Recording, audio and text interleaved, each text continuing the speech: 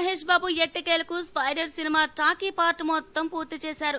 ఇటీవలే చెన్నైలో జరిగిన చివరి షెడ్యూల్లో సినిమా క్లైమాక్స్ ఎపిసోడ్ ను షూట్ చేశారట.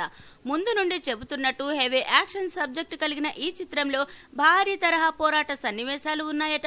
ముఖ్యంగా క్లైమాక్స్ ఎపిసోడ్ లో వచ్చే ఫైట్ ను భారీ స్థాయిలో తీవ్రమైన రీతిలో రూపొందించారట.